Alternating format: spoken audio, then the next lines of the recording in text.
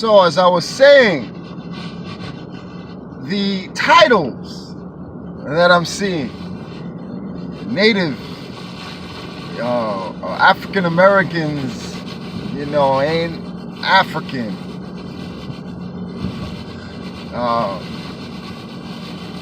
Black is not a legal term. Excuse me. Since when have we ever really overcame in their courts? How many of our people who have had truth and legal precedents and have been overturned by their illegal system? We have so much knowledge now, but we are conquered because we are divided.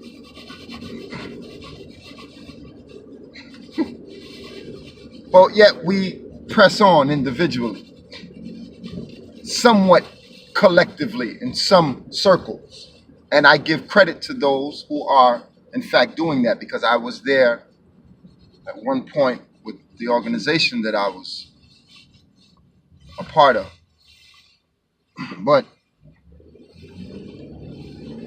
we haven't overcome the biggest obstacle, and that is the ignorance within ourselves. We have to cut down these titles and look at the greater good and the greater benefit, which is the least common denominator. We need to survive. We must build off of that. We need food, we need clothing, we need shelter. We need to establish our own businesses, build our own communities once again. But if we keep letting these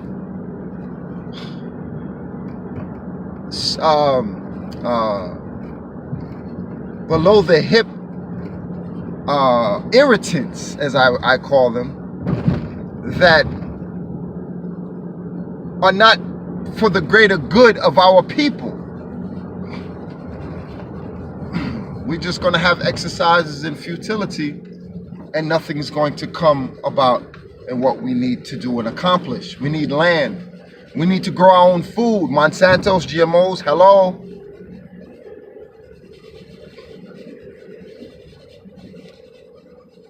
We don't have much time left. Things are getting darker and grim. The president that's in office, he was put there for a reason. That's another story. I'm not going to get into that. Some of you brothers and sisters out there who are conscious enough to know what's going on with that. But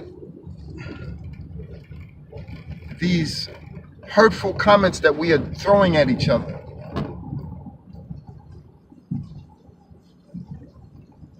we had better cut it out and come to an understanding between African Americans and indigenous peoples, whether native, you want to identify yourself as Native American, doesn't really matter. And I understand that a lot of us have been hurt because of this system. But remember who's at the root of it. We didn't create this. The Europeans did.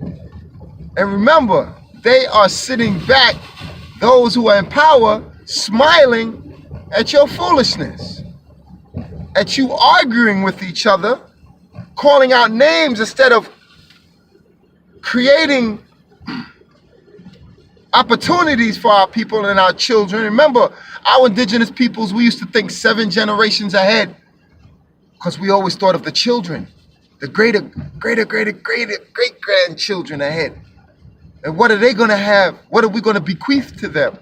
Are we going to bequeath this arguing, this verbal violence that we are currently engaging in between Africans and indigenous peoples, who some of us, we look a lot more alike than we do apart? Is that going to be at the end of it? Or are we going to sit back and say, you know what? We see who our real enemy is now. We're going to cut this foolishness out. We're going to create a bridge that we're going to cross halfway and meet each other and say, well, if you want to be an African, my African brother. If you want to be indigenous, my indigenous brother. Let's build. Let's trade. Let's do business, commerce, economics, agriculture. Huh? Things that we need to survive. Products. Let's do business with each other. Because that's the greater good. This is what the prophets would have wanted from us. For the tribes, the nations, to come back home. Not physically, mentally and spiritually. Humble yourselves, my brothers and my sisters. Humble yourselves to your brother. If your brother says OCO, a native black brother says OCO to an African brother, he says OCO, and the African brother says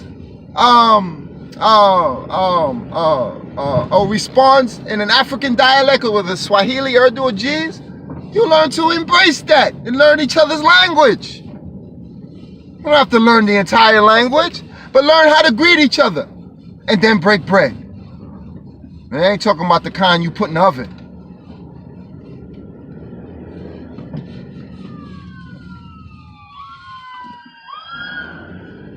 We got the police out here up in Connecticut, they're going crazy. So, I hope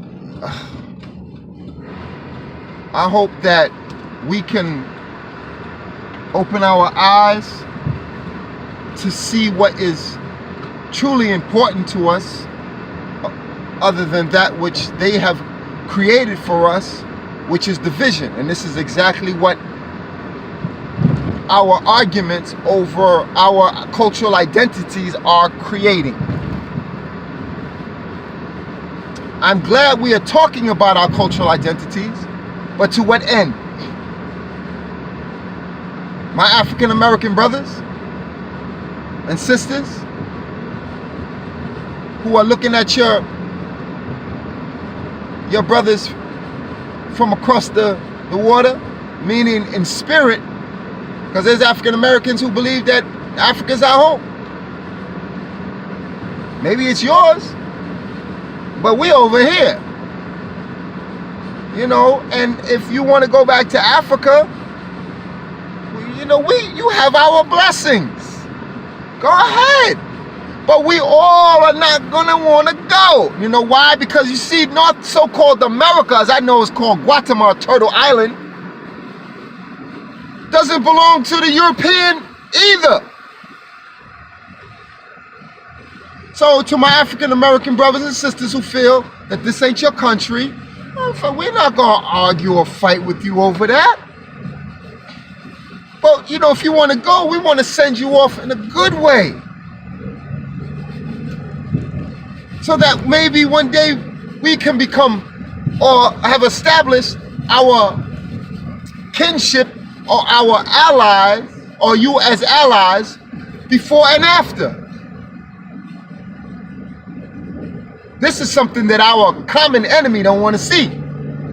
That's why we fighting. Don't realize why we fighting, because we're throwing and hurling offensive remarks at each other without thinking first. We must cut this out.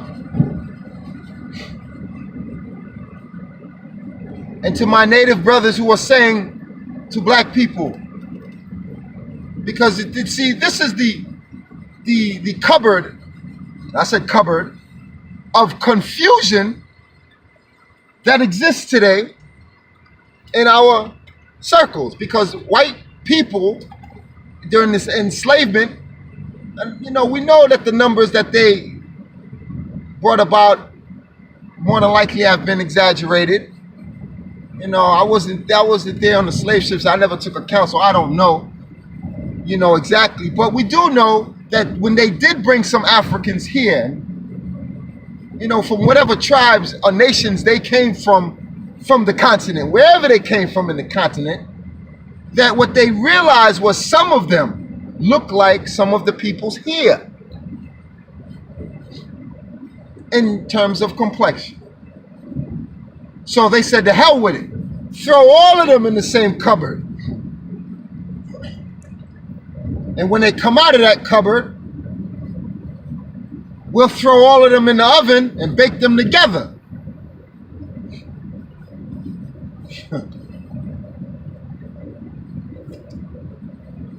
So you see, they are ultimately responsible for the conflict, but we must be responsible to see through their BS and what they've created and come out of it.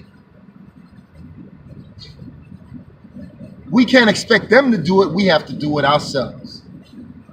So humility must be at the forefront and at the table of every conversation and petty argument. Humility must be present if we are going to survive, because I warn my brothers and my sisters in the name of history, if we don't, we won't be just killing each other. I mean, we just won't have a race war, but we will be killing each other too. We'll have a cultural war. And that's nothing new. We've been down that road before. We were not always a perfect people, but we can begin to realign ourselves and become perfect in that which God would like for all of us. And to be humble before God. Well, however, which name or how you look at him or her or whatever, it doesn't really matter. Just as long as we do what's right and fall in line with the nature of our being, which is to be righteous and good, and not succumb to ignorance, foolishness, and just being downright dumb.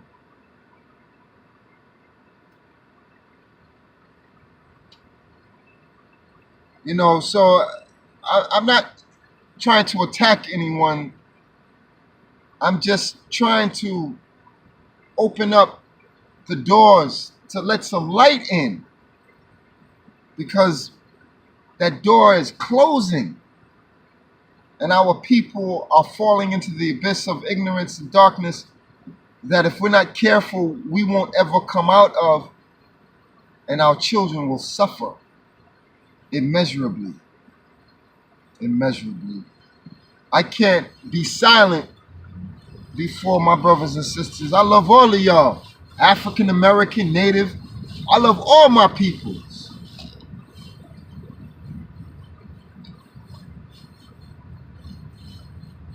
But we must overcome this evil, because we have become so full of pride and anger that we will end up turning it on itself, meaning ourselves, and destroy ourselves before we could fully realize what freedom truly is. And I hope that this video touches the hearts and minds of our people to think critically.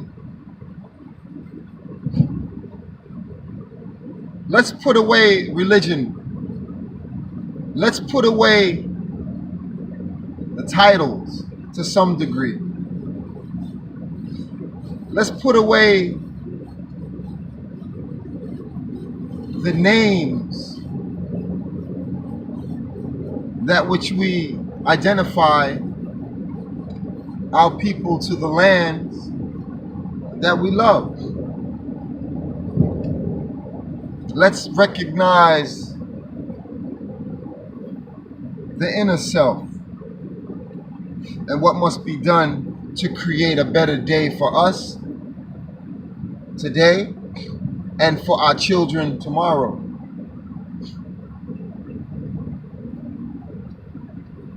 We don't uproot that which we have. To my indigenous peoples here who know who they are, I, coming from one of the mentally and spiritually dead, because just like African Americans who have roots in Africa, I have roots here in North America and did not know it for my adoptions. Those of you who know me through my videos, I was adopted, didn't find my family till I was 25, raised as a what we call, before Jesse Jackson renamed us and said African American, I was known as a Black American post-Negro. Yeah, you know, so then coming into the knowledge of self after finding my family, so I said, shit, I'm indigenous. First thing came to was like, I'm Native American Indian. All right, who gave us those titles? Native, we was always Native. American, there's a lot of confusion even around that. People are saying,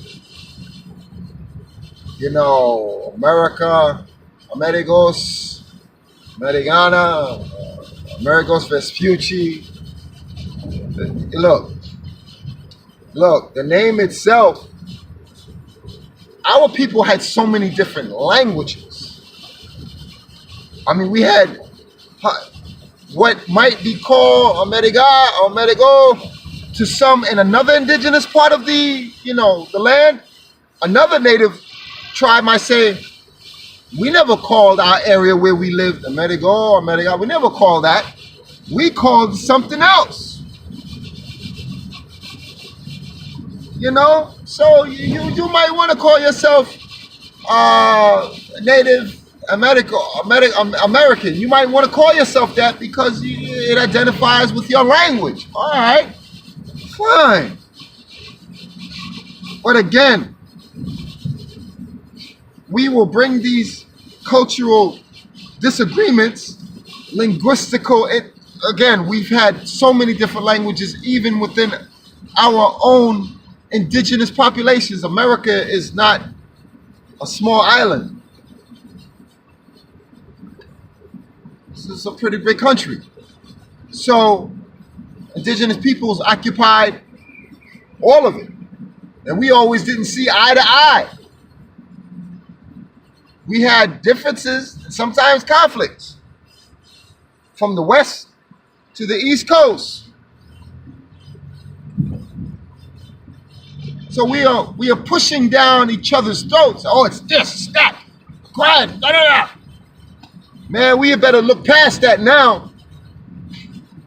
The Ku Klux Klan is on the rise. The white supremacist fringe groups, they're on the rise, preparing to kill all of us. I don't care which part of the country you reside, or what's your disposition. They don't care about none of that. They know you somebody of color and they want to get rid of you.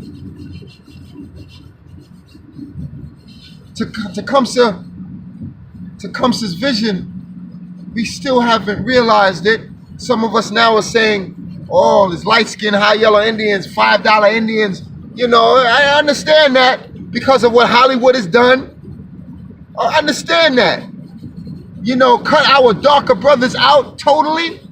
Remember, we didn't do that. Some of us sold our own people out, yes.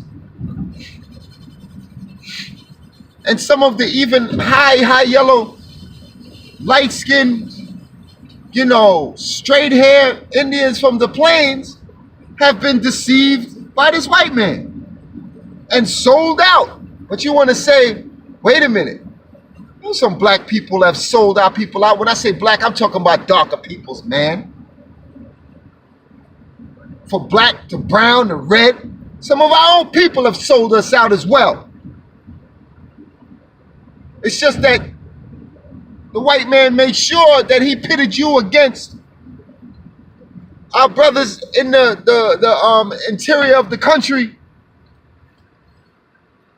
But the $5 Indians, we know those are not indigenous peoples at all. Those are white folks.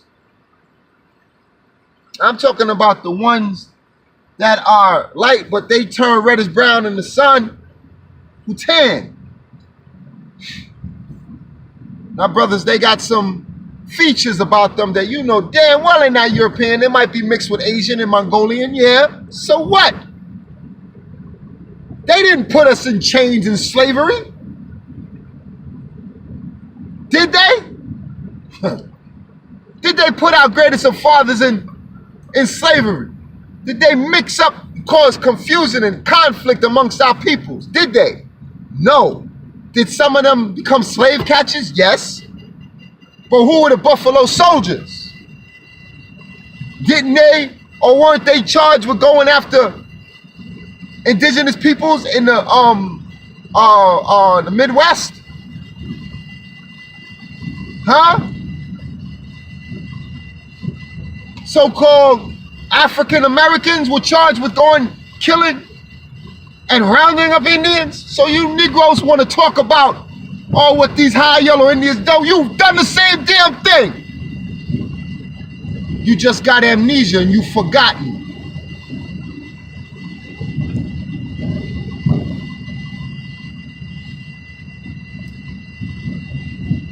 So we're pointing fingers. We're hurling all kinds of, we're becoming like them to some degree. And I understand the frustration and anger, but we have to take a hard look at ourselves too.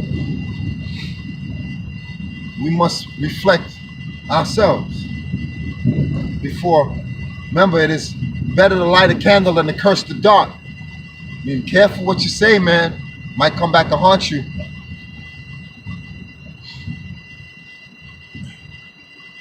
Might come back to haunt you. Right? So, listen.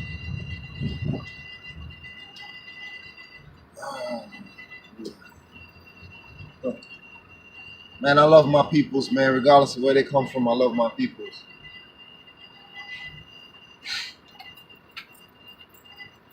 You know, we at a turning point now, and we're not even at the crossroads. We're gonna cross those roads already. We know, some of us know where we're headed, and it's not a good place. This country is headed down. We are skating fast on a razor blade. I mean, you know, going at 150 miles an hour.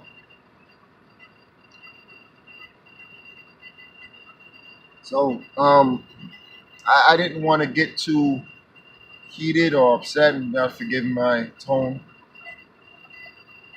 That's not my normal spirit.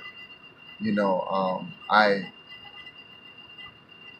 like to speak, you know, with clarity and, you know, humility, with how I would want to be spoken to. But we are entering into a dangerous period, and we have to go into a point of reflection and be careful about how we approach our differences, so we may forge ahead into a new world, a new society, with same moral and cultural ideas. Those must remain the same. Our moral identity, that has to stay. God doesn't change that. We must stay moral, must stay spiritual and cultural. We can always add on to cultures or renew our cultures, but our moral, spiritual foundation has to stay the same. That does not change. So, anyway, I'd like to thank you, Wado, in Cherokee, Otoxa, which is Lakota. I'm of the Congaree peoples of South Carolina. I found out that our language was likened unto the Lakota peoples in the plains. It's a language that I've always loved, and I want to part ways with you on this video, saying that I love you, my people. Keep your heads about you. Keep your heads and your heart in balance. with the Creator. Let Him guide you, and let us not make errors that we cannot come back from, lest we all fall into the ditch and be destroyed. On that note, peace and blessings. This is Chief Eagle Spirit Hansen signing out.